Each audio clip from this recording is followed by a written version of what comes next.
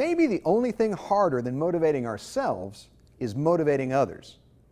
And motivating others isn't about getting them to do what you want them to do. It's about getting them to want to do what needs to be done.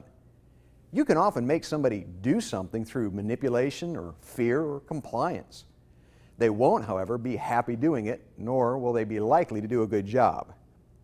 Effective leaders create commitment, not compliance, and that is the art of motivation. To master motivation, you've got to do at least two things. First, make sure you reward the right things. Consider a manager who's a stickler for employees being in their offices from 8 a.m. to 5 p.m. every day.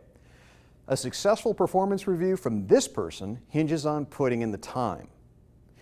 But what is the manager really rewarding?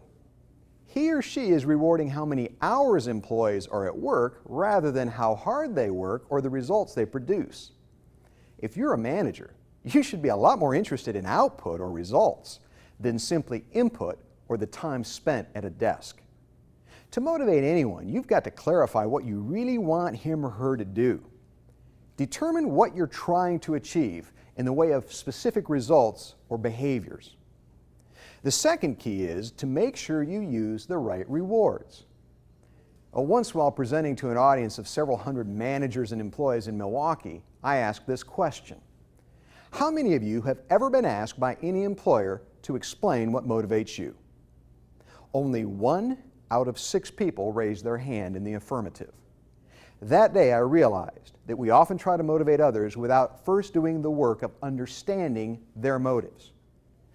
On the surface it seems so obvious, so simple.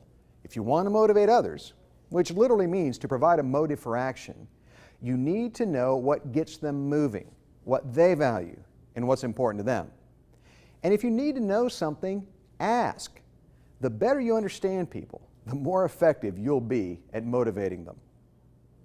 People do things for their reasons, not yours. That's why good leaders tailor their motivation to the individual. The right reward is always what is important to the person you're trying to motivate. If you want to be a better motivator, start with these 2 questions. What behavior or results do I desire? And am I using the right reward to get it? Motivate people by appealing to what's important to them.